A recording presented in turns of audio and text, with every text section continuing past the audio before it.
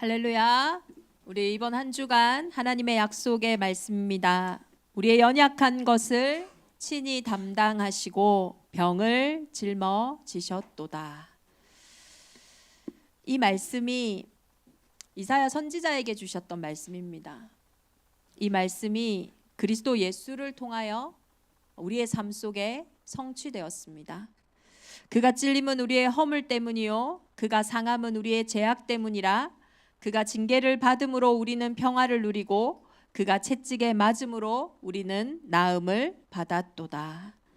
이사야서의 이 말씀이 그리스도 안에서 성취된 것처럼 오늘 이번 한 주간 저와 여러분의 인생에 심겨져서 저와 여러분의 인생의 모든 연약함과 모든 질병이 취함을 얻는 은혜와 응답 속에 있기를 예수 그리스도 이름으로 축원합니다. 그래서 말씀의 성취가 어떻게 되는지를 아셔야 돼요. 하나님은 어떤 흐름 속에서 말씀을 성취하시는가? 고린도후서 1장 20절에 보면요. 하나님의 약속은, 다시 말해서 하나님의 말씀은 얼마든지 그리스도 안에서 예스가 된다. 그러니까 하나님의 약속은 얼마든지 그리스도 안에서 예스가 되고 노가 되지 않아요. 그런데 우리는 그로 말미암아, 그리스도로 말미암아서 우리가 아멘하여 하나님께 영광을 돌린다고 하셨어요. 오늘도 우리의 연약한 것을 친히 담당하시고 우리의 병을 짊어지셨도다 하신 이 치유의 약속이 우리가 그리스도 안에서 아멘할 때에 우리의 모든 현장에 성취되어지는 은혜와 응답이 있을 줄 믿습니다. 그러기 위해서는 우리 3월 한 달 확인하는 합숙의 시간을 보내고 있습니다. 예수님께서는 주로 갈릴리 호수 근처에서 사역을 하셨어요. 그 갈릴리 지역에서 사역을 하셨죠. 그런데 이 예수님이 유월절에 십자가를 지시기 위해서는 갈릴리보다 더 남쪽으로 내려오셔야 돼요. 그런데 오히려 방향을 북쪽을 향해서, 다시 말해서 빌립보 가이사라라고 하는 지역을 향해서 가신 거예요. 우리가 오늘 만약에 서귀포시에 있는 이마트에 가려면은 내려가야 되잖아요. 근데 굳이 제주시를 향해서 올라갔다라는 거예요. 그것은 하나님이 오늘 이 지역에 대해서 질문하시는 이것이 의도를 가지고 하시고 있다라는 거예요. 이 가이사라 갈립보에서 의도를 가지고 하나님이 그토록 확인하시고 싶었던 질문이 뭐냐? 너희는 나를 누구라 하느냐? 가이사라 빌립보는 이스라엘 민족들에게 현실입니다. 자신들의 상황과 현실이 너무나 잘 보이는 지역이 빌립보 가이사라라고 하는, 가이사 황제에게 어떻게 보면은 그 지역을요 받았어요. 무슨 말이냐면 가이사 황제에게 그 땅을 받아서 가이사 황제에게 잘 보이기 위해서 만들어진 동네가 이 빌립보 가이사라라는 지역입니다.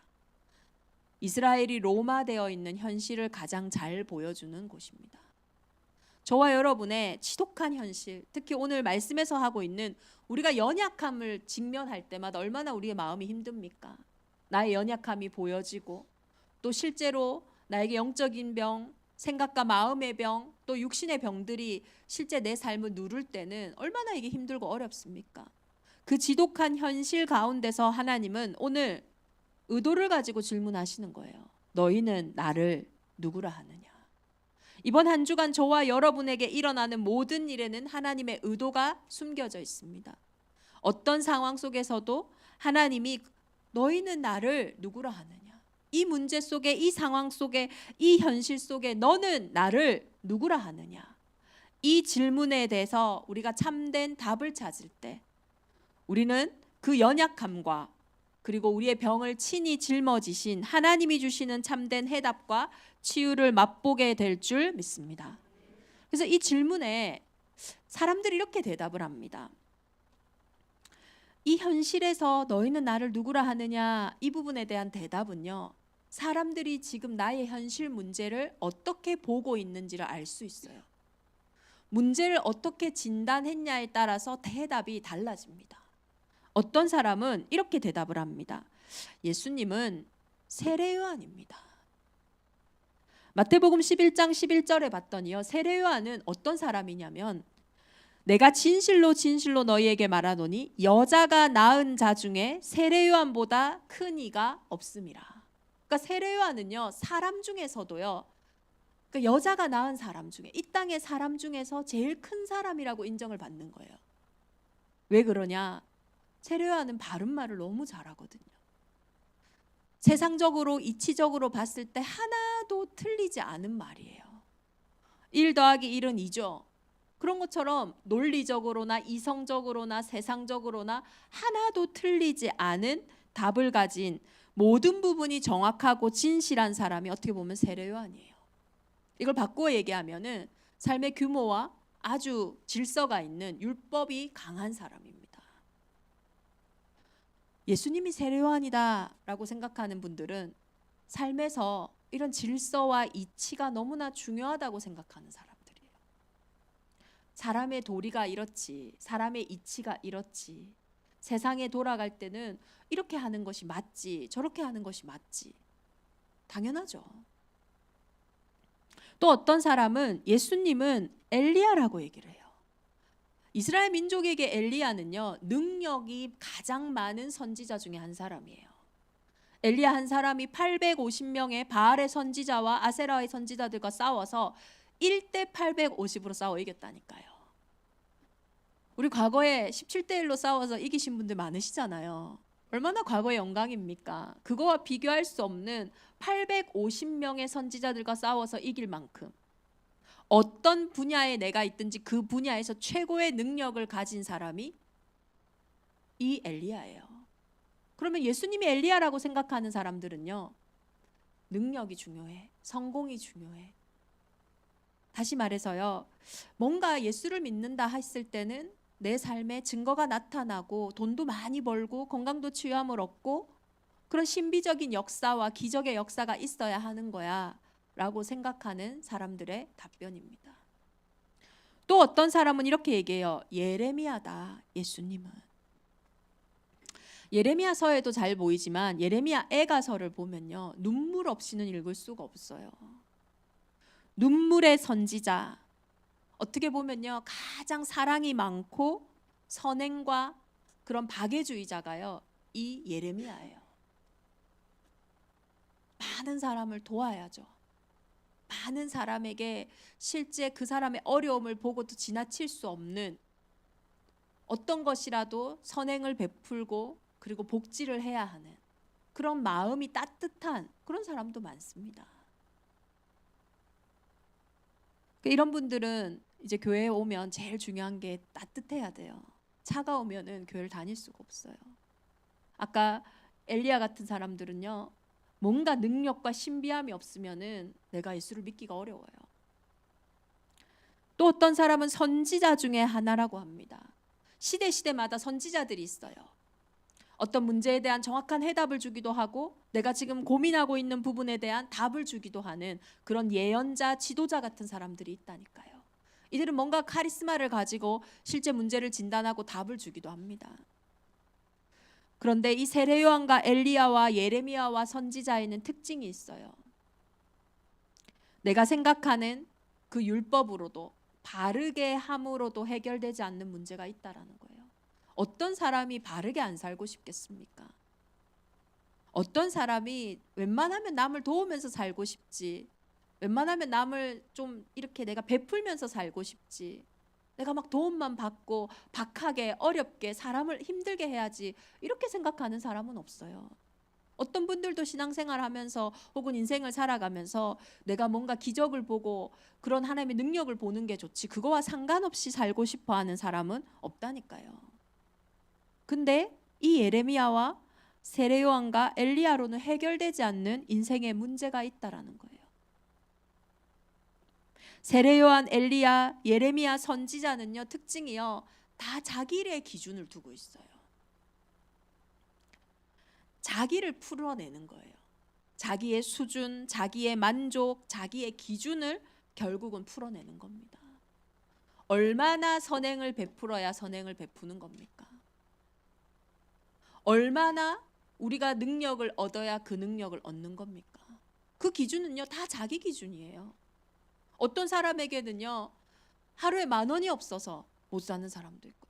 제가 유튜브 보니까 부룬디라는 지역에 있는 이 현장은요, 뭐 완전히 뭐 가난 진짜 너무 최빈국이더라고요. 그 사람들한테는요 10,000원? 어마무시한 돈이에요. 근데 우리나라에 10,000원이 뭐 밥값도 안 되잖아요. 특히 제주도에서는요. 자기 기준이라는 거예요. 실제 우리의 인생에 해결돼야 되는 문제는 여러분의 기준과 여러분의 수준과 여러분의 형편으로 해결되는 문제가 아니잖아요. 내가 연약한 부분이 내 기준으로 해결된다면 왜 연약한 그대로 두고 계십니까? 내가 병든 부분이 삶이 병들었든 마음이 병들었든 육신이 병들었든 아니면 저 사람은 정신이 병들었든 그 병든 문제가 내 힘과 내 노력으로 내 기준으로 해결할 수 있다면 왜 그 병든 문제를 그대로 두고 있겠냐고요. 실제 내 힘으로 내 노력으로 해결되지 않는 문제이기 때문이잖아요. 오늘 이 예레미야와 세례요한과 어떻게 보면 엘리야 같이 예수님을 알고 있는 저와 여러분에게 그래서 모든 문제와 상황과 형편마다 내 수준을 보고 내 기준을 보고 어쩌면 내 상황을 보는 우리에게 오늘 예수님이 질문하시는 거예요. 너는 나를 누구라 하느냐? 네 인생을 네가 풀어서 되지 않는 그 문제 때문에 내가 왔는데 오늘 너는 나를 누구라 하느냐? 베드로가 고백합니다.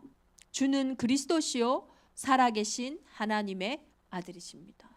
이번 한 주간 저와 여러분이 이 고백이 모든 순간 모든 현장마다 회복되어진다면 우리의 연약함을 친히 담당하시고 병을 짊어지셨도다 하신 이 말씀이 성취된 것처럼 그 모든 상황 속에 참된 치유와 승리와 해방의 은혜가 있을 줄 예수 그리스도 이름으로 축원합니다. 그래서 이 그리스도는요 도대체 누가 그리스도냐는 거예요. 왜 예수님이 그리스도로 이 땅에 오셨냐는 거예요. 첫 번째로 그리스도는 모든 저주와 재앙에서 해방을 주신 참 제사장이세요. 이스라엘 민족들에게는요 이런 죄에 대한 인식이 있었습니다. 근데 이 죄가 성경이 말하는 하나님이 말하는 죄와는 달랐어요. 오늘 마태복음 8장 1절에서 4절을 보면 나병 환자가 나옵니다. 이 나병이라고 했을 때는 우리 예전에 나환자들 문둥병자들이에요. 그럼 이 나환자들은요 사실 불치병이죠. 그래서 그들끼리 모여 살고 세상과 사회에서 격리되어져 있는 상황입니다. 근데 이때 왜 이 사람들을 세상에서 격리했냐면 세상이 볼 때 이 나병에 걸린 사람은 죄가 있다라고 생각을 하거든요. 이 사람들에게는 자신의 죄든 아니면 부모의 죄든 뭔가에 이 사람이 잘못한 것이 있기 때문에 이 사람에게 이렇게 불치병이 걸린 거야. 그렇기 때문에 아주 더럽게 생각하고 아주 함께 할 수 없는 그런 불경한 사람들이라고 생각을 했어요. 그런데 오늘 예수님이 이 나병 환자들을 만나셔서 그 나병 환자를 치유하시는데 이 치유가 성경이 말하는 죄 의식은요 이 사람들이 생각하는 우리가 생각하는 나병과 전혀 다른 거예요. 성경에서 말하고 있는 죄의 문제는 이 사람이 육신적으로 지은 죄를 말하는 게 아니에요. 이 부모가 육신적으로 지은 죄를 말하는 게 아닙니다. 실제 우리의 인생에 운명과 사주, 팔자와 같은 이런 문제가 올 수밖에 없는 이유를 이것을 우리가 피할 수밖에 없는 이유는 창세기 3장의 한 사람의 원죄로 인해 우리의 인생에 들어온 문제를 말하고 있는 거예요. 많은 사람들이 눈에 보이는 문제의 원인은 압니다. 그러나 그 원인을 해결해도 실제 눈에 보이지 않는 내 인생의 문제가 해결되지 않는 이유는 원죄가 따로 있기 때문이에요. 눈에 보이는 자범죄를 말하는 것이 아닙니다. 죄는 뭡니까? 영적인 존재인 인간이 영이신 하나님을 떠나 있는 상태. 요한복음 16장 9절에 죄에 대하여라 함은 너희가 나를 믿지 않는 것이다. 저와 여러분은 영적인 존재예요. 눈에 보이지 않지만 영혼이 있는 존재라고요. 그런데 물고기가 물을 떠나면 죽는 것처럼 하나님을 떠난 인생은요 죄 가운데서 죽음을 맞이할 수밖에 없어요. 그래서 우리의 인생의 첫 번째 운명이 뭡니까? 모든 사람은 한 번 태어나고 한 번 죽는다라는 거예요. 피할 수 없는 운명이에요. 그 죽음으로부터 피할 수 없는 저주와 재앙이 끊임없이 닥쳐온 겁니다. 이 원죄를요 예수님은요 진단하신 거예요. 그래서 마태복음 8장 5절에서 13절에 보면요 이 죄 문제를 어떻게 해결할 수 있습니까? 그러면 저주 재앙은 피할 수 없어서 저주 재앙이라고 하는 거예요. 왜 운명사주팔자라고 합니까? 내가 알고 피할 수 있으면 아무도 그거를 내가 해결할 수 있는 문제라고 생각하지. 왜 내 인생의 운명이다, 왜 내 인생의 사주다, 왜 내 인생의 팔자다라고 얘기합니까? 피할 수 없기 때문이에요. 내가 선택하지 않았기 때문이에요. 내가 노력해서 온 문제가 아니기 때문이에요. 나와 상관없이 내 인생에 들어와 있었고 나와 상관없이 내 인생을 쳐들어오는 도둑과 같은 문제라는 거예요. 그래서 이 죄 문제는요, 내가 시작하는 것으로는 해결할 수가 없어요. 나와 상관없이 온 문제이기 때문에 나와 상관없이 해결되어지는 겁니다. 그것이 백부장 하인에게 하인을 고치신 이 본문에 정확하게 나와 있어요. 한 백부장이 찾아옵니다. 이 백부장은 내 하인이 중풍병에 걸려 집에 누워 몹시 괴로워하나이다. 이 중풍병에 걸린 하인을 보면서요, 이 사람에게 어떤 도움을 줄 수 있을까? 자기가 가진 지위로도, 자기가 가진 권력으로도, 자기가 가진 노력으로도 이 하인이 치유되지가 않는 거예요. 저와 여러분이 예수님을 찾아야 되는, 주가 그리스도라고 고백해야 되는 그 문제는 백부장이 가진 권세로도, 내가 가진 노력으로도, 열심으로도 해결할 수 없는 문제였다니까요. 그래서 이 백부장이 예수님을 찾아와서 우리 하인을 고쳐달라 하니 예수님이 내가 가서 고쳐주리라 하여. 그런데 백부장이 이렇게 얘기합니다. 주여, 다만 말씀으로만 하소서. 그러면 내 하인이 낫게 옵나이다. 내 아래도 군사가 있어서 이자보고 가라 하면 가고 저더러 오라고 하면 오는데, 하물며 하나님이, 이 예수님이 내 인생에 우리 집에 오는 거를 내가 감히 감당하지도 못하겠다고. 그때 예수님이 이스라엘 중에 이만한 믿음을 본 적이 없다라고 얘기를 하세요. 비대면 치유가 일어난 겁니다. 예수님이 그 사람 만나지도 않았는데요, 시공간을 초월해서 그 즉시 그 하인이 나음을 얻어요. 영적인 문제는 눈에 보이지 않는 것이 해결되는 그 순간 즉시 해결되어져요. 많은 사람들이 보이는 것만 보고 살아가는데요, 왜 믿음이어야 합니까? 실제 그 문제가 올 수밖에 없는 문제가요, 눈에 보이지 않는 영적인 문제였기 때문입니다. 오늘 마태복음 8장 우리 14절에서부터 16절에 나오는 것처럼 많은 사람들을 예수님은 고치시고 치유하셨어요. 작은 자여 안심하라, 내 죄사함을 받았느니라. 안진뱅이에게 이렇게 예수님 마태복음 9장에 일으키니까요, 많은 서기관들이, 이스라엘 사람들이 속으로 생각합니다. 저 사람이 신성을 모독하는구나. 왜요? 죄사함 받았다고 하니까요. 죄를 사하는 권세는 하나님께 있는데 저자가 누구길래 내가 죄사함을 받았다고 얘기를 하냐. 그 마음을 아시는 예수님이 이렇게 얘기하세요. 내 죄사함을 받았느니라 하는 말과 일어나 걸어라 하는 말 중에 어느 것이 쉽겠느냐. 죄사함을 받는 게 더 어렵죠. 인자가 세상에서 죄를 사하는 권능이 있는 줄을 너희로 알게 하려 하노라 하시고 중풍병자에게 말씀하시되 일어나 내 침상을 가지고 집으로 가라. 중풍병과 나병 환자, 정말로 아무도 세상이 치유할 수도 없고 해결할 수도 없어서 격리된 그 현장에 하나님은 일어나라 말씀하신 게 아니라 내 죄사함을 받아라. 실제 그 문제는요, 눈에 보이지 않는 원죄로부터 일어난 근본의 문제이기 때문이에요. 요한일서 3장 5절에 보면 그가 우리의 죄를 없애려고 나타나신 것을 너희가 아나니 그에게는 죄가 없느니라. 히브리서 4장 15절에는요, 우리에게 있는 대제사장은 우리의 연약함을 동정하지 못하실 리가 아니요 모든 일에 우리와 똑같이 시험을 받으시니로되 죄는 없으시니라.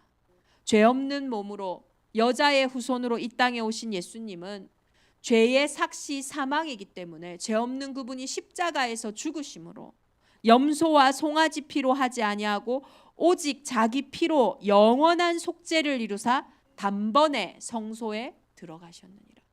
하나님이 자기 피로요 우리의 인생을 사신 거예요. 그 피로요 모든 우리의 운명 사주팔자를, 죄를 속하신 거예요. 그래서 그리스도 예수 안에는 결코 정죄함이 없는 겁니다. 생명의 성령의 법이 죄와 사망의 법에서 너를 해방하였습니다. 시편 103편 12절에 보니까요, 동에서 서에서 먼 것 같이, 동과 서가 만나는 날이 있겠습니까? 성산 일출봉과 삼방산이 만나는 날이 있겠습니까? 천지개벽이 일어나야 가능하겠죠. 동에서 서에서 먼 것 같이 우리의 죄가를 우리에게서 멀리 옮기셨도다. 더 이상요, 죄의 종노릇할 이유가 없어요. 저와 여러분이 너희는 나를 누구라 하느냐? 주는 그리스도시요. 이 그리스도가 정말로 저와 여러분의 인생의 모든 저주와 재앙에서 해방을 주신 참 제사장인 줄 믿습니다. 그리고 이 그리스도는 하나님을 만나는 유일한 길이 되셨어요. 마태복음 8장 18절에 22절에 보면 예수님께서 제자들에게 나를 따르라고 말씀하시면서 이렇게 말씀하셔요. 예수께서 이르시되 여우도 굴이 있고 공중의 새도 거처가 있으되 인자는 머리 둘 곳이 없다 하시더라. 이 말이 예수님이 나 집 없다 이 말을 얘기하시는 게 아니에요. 제가 구약학을 전공할 때 우리 교수님이 고대 근동의 모든 신들의 스토리에는, 신화에는요, 신들이 천지를 창조하고 그리고 신전을 만듭니다. 그 어떤 신도요, 자기 집이 없는 곳이 없어요. 그런데 오직 하나님 창조주만이 이 땅을 창조하시고 신전을 만들지 않으셨어요. 왜 그럴까요? 시편 103편 19절에 보니까요, 여호와께서 그의 보좌를 하늘에 세우시고 그의 왕권으로 만유를 다스리시도다.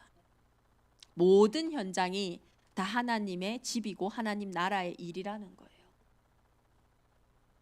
그래서 그 하나님은 창조주라는 증거로, 이 예수님이 여자의 후손으로 이 땅에 오신 하나님이라는 증거로 마태복음 8장 23절에서 27절을 보면요, 바람과 바다를 순종하게 하시는 거예요. 그래서 사람들이 보고 이야기하잖아요. 그 사람들이 놀랍게 여겨 이르되 이 사람이 도대체 어떤 사람이기에 바람과 바다도 순종하는가 하라. 그리스도는 하나님 만나는 유일한 길입니다. 길이 없는 그 문제, 그래서 예수님이 오신 거예요. 내가 길이 되어 주겠다고요.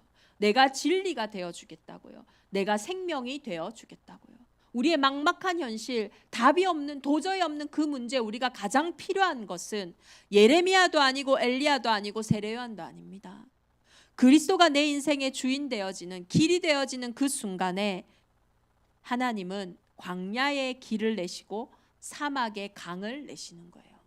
그래서 우리는 길을 가진 자들이에요. 답을 가진 자들이라니까요. 문제가 있다? 그 문제의 분명한 답과 길이 예수 그리스도 안에 있는 줄 믿습니다. 그 그리스도는 사단의 일을 멸하신 참 왕이십니다. 오늘 마태복음 8장 28절 34절에 보면 예수님께서 이제 치유 사역을 계속 해가시는 가운데 건너편 가다라 지방에 가셨어요. 거기에서 귀신 들린 자를 만나는데요, 이 사람은요 너무나 사나운 거예요. 그래서 그 길을 지나갈 수가 없어요. 그들이 소리를 질러 이르되 하나님의 아들이여 우리가 당신과 무슨 상관이 있나이까. 우리가 참여 기억해 볼 만합니다. 귀신 들린 자도요, 하나님의 아들이여 당신과 우리가 무슨 상관입니까?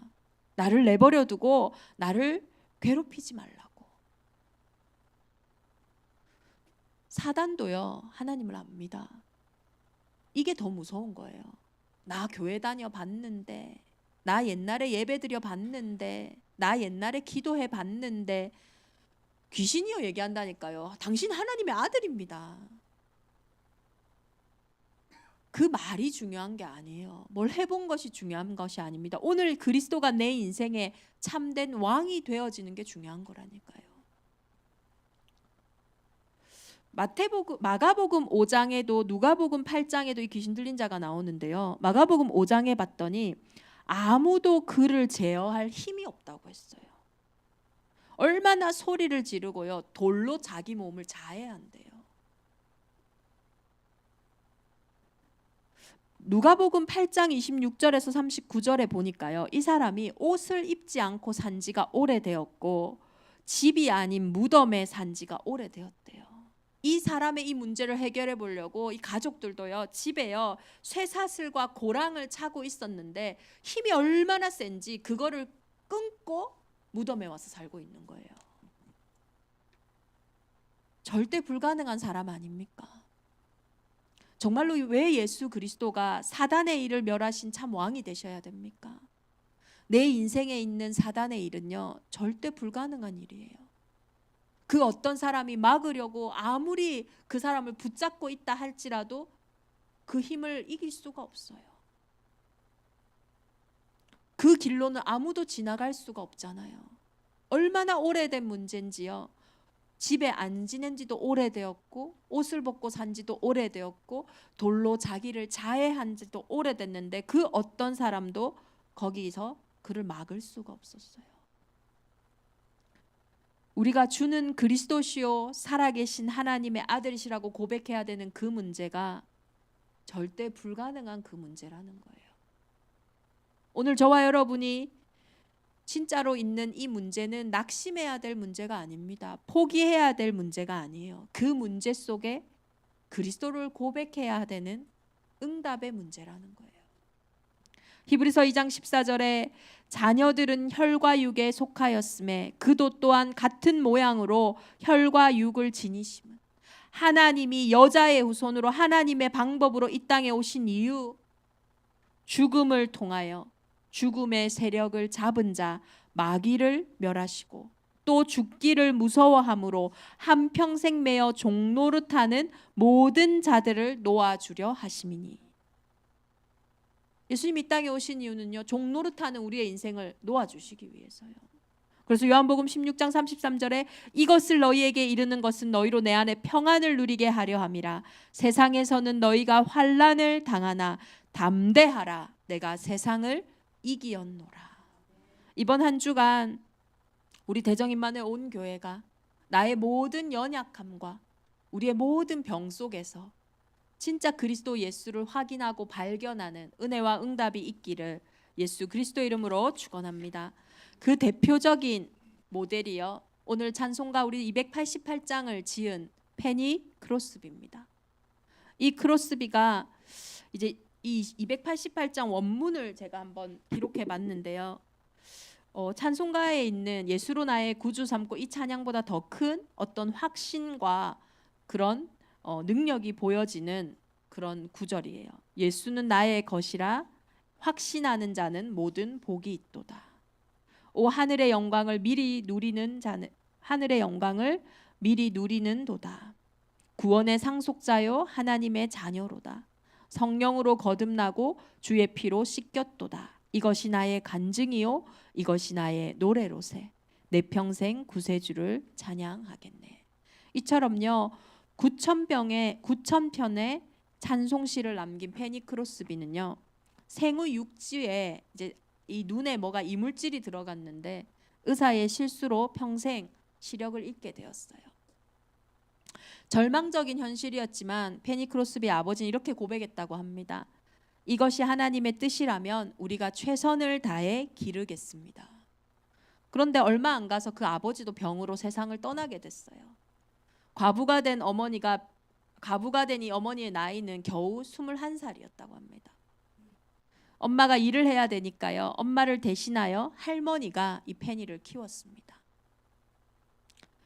그런데 결국은요. 이 생후 6개월 이후에 이 엄마와 할머니가 이 손주와 딸을 낫게 하려고 시력을 좋게 하려고 온갖 방법을 다 강구해도 결국은 5세 때 치유가 불가능하다라는 판정을 받게 됩니다. 그런데요, 이 자연과 성경을요, 이 할머니가 페니에게 늘 가르쳤거든요. 성경을 어릴 때부터 엄청 암송을 했던 거예요. 그러니 8세 때 페니가 쓴 첫 시입니다. 오 나는 얼마나 행복한 영혼인지 내가 비록 볼 수 없어도 나 이 세상에서 만족하리라 결심하네. 내가 눈 멀었다 하여 울며 한숨 짓는 것 나 그럴 수 없고 그러하지 않으리. 이 페니 크로스비는요 자신의 그 문제 속에서 시작하겠다고 결심하고 시작하는 거예요. 저와 여러분이 그리스도를 고백한다라는 것은 내 형편과 내 현실을 붙잡는 것이 아니라 그리스도께서 다 이루었다라고 하신 그 해답에서 시작하는 겁니다. 그래서 95세까지 너무 열정적으로 적극적으로 이 페니 크로스비가 사니까 사람들이 비결이 뭐냐고 물어봤어요. 그때 이렇게 대답합니다. 지금 이 시간에도 무엇이든지 할 수 있는 일이 있기 때문입니다.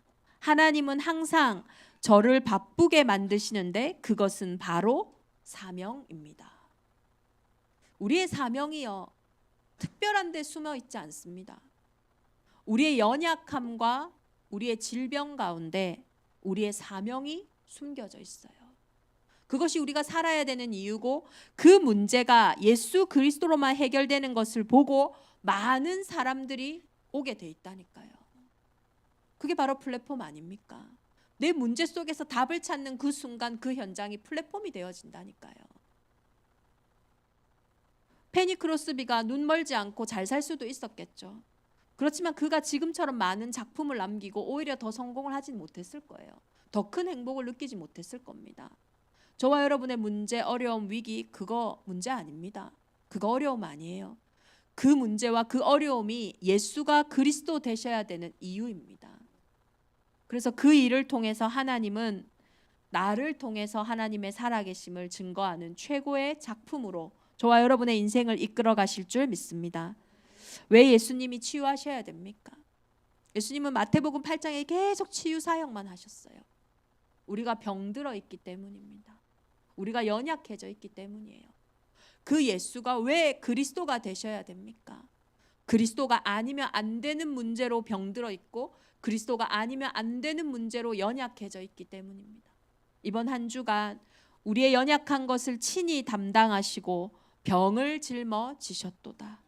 이 말씀의 성취가 우리의 현장에 있기를 예수 그리스도 이름으로 축원합니다. 우리 주신 말씀 붙잡고 이 시간 함께 기도하겠습니다. 우리 함께 기도하는 언약 기도문입니다. 우리 함께 읽으시면서